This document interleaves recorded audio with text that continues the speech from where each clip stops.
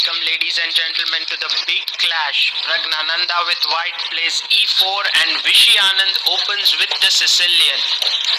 On the board we have the open Sicilian now. Knight takes d4, knight moves out to f6, knight c3 and Anand goes for his favorite, the knight out variation.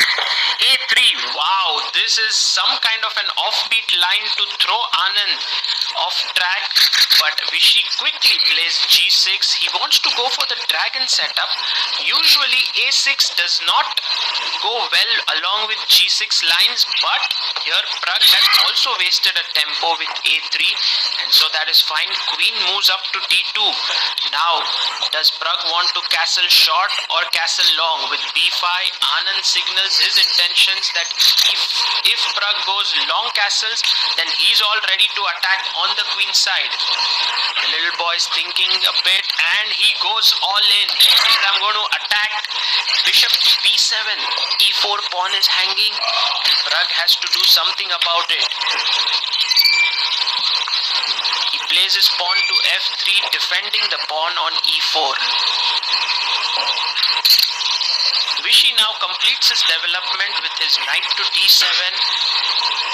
And there goes Pragg, h4. He is coming for Vishy's king now. Anand goes knight to e5. He is looking at the c4 square in the position.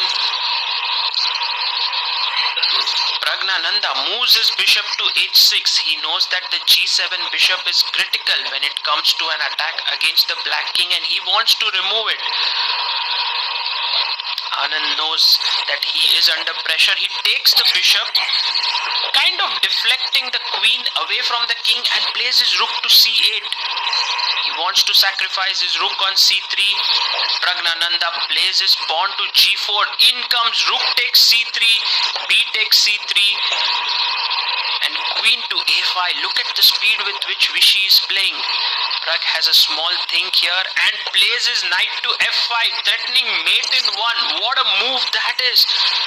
Anand has no choice but to pick up that knight. He takes g takes f5 and Pragg has sacrificed a piece to just open the g file for his rook. Anand, unperturbed, takes the pawn on c3. What really happens if a check comes on g1? That's what Pragg does. But Vishy is very alert. He puts his knight back on g6 and he tells Pragg that there is no attack that is incoming. He takes the piece. Now Anand thinks for a bit. With which pawn should he capture? He takes the pawn in his hand. He wants to play h takes g6, and now you can see he's thinking, oh, the pawn is in his hand, so capturing the pawn is compulsory, but he can choose whether he wants to take with the h pawn or the f pawn. Thinks for a bit and takes it with the f pawn, opening up his rook. This might turn into a very important decision because now the rook has opened up, but at the same time Pragg is all ready to attack now, throws another pawn in. He wants to open the g file, but Vishy has the great idea of bishop takes e4. There is a mate threatened on c2, so the bishop has to be taken.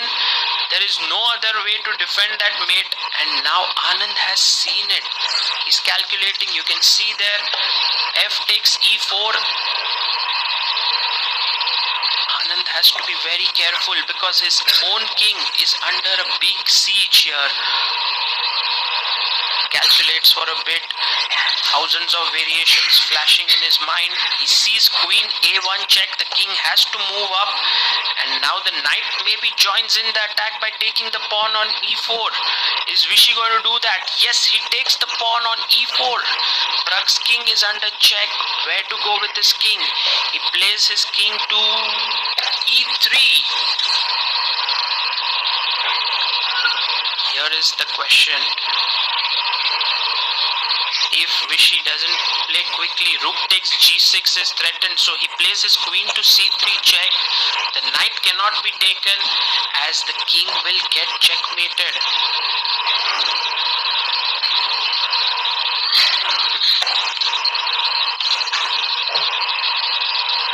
Pragg Prag's time is also running down. He's down to 17 seconds. He puts his bishop on d3. But now Anand knows that he's got his man.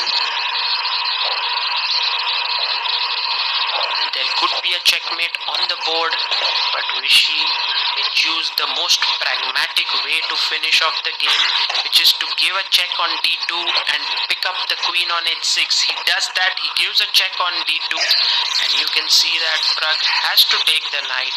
And now after queen takes h6, Anand is queen up. Of course, Prag has some material on the board, but it is not enough. Queen to f4 check. King d5, the white king is moving in, but it's going to be checkmated very soon. Anand thinks carefully here. He pushes his pawn to h6, making sure that his king is safe. Pawn to g7, that pawn is not going to be taken, and rook goes to c8. Well, it kind of protects the black king on g8, the pawn on g7, and look at Vishy. He raises his eyebrows. What sort of a king is this? Praggnandhaa's king coming all in. He plays his pawn to d5, opening up the route of the queen to d6.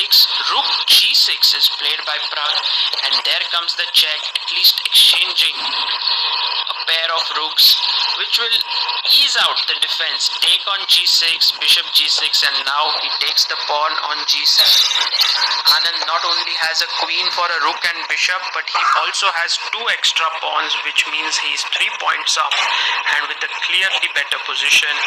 Gives a check, pushes the king away, and now the h pawn starts rolling down the board. h5. Prag has to play for certain tricks.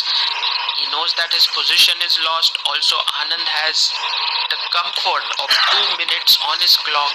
Rook g6, king comes back to f7. Now rook to h6. It's played. Pawn goes to a5. Anand's queen defends all the pawns. King goes to c6. Now he saves his pawn, making sure that Prag doesn't get even a single pawn over here. Now the king moves to g7 so that the h pawn can start rolling.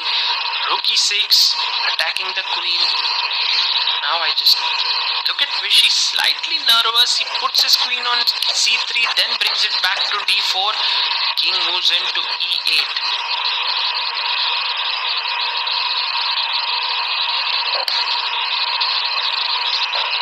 Queen to g4, attacking the rook, and now rook g6 cannot be played because the queen just takes the rook. Bishop takes, and then you can take the bishop and the rook and the h pawn queens.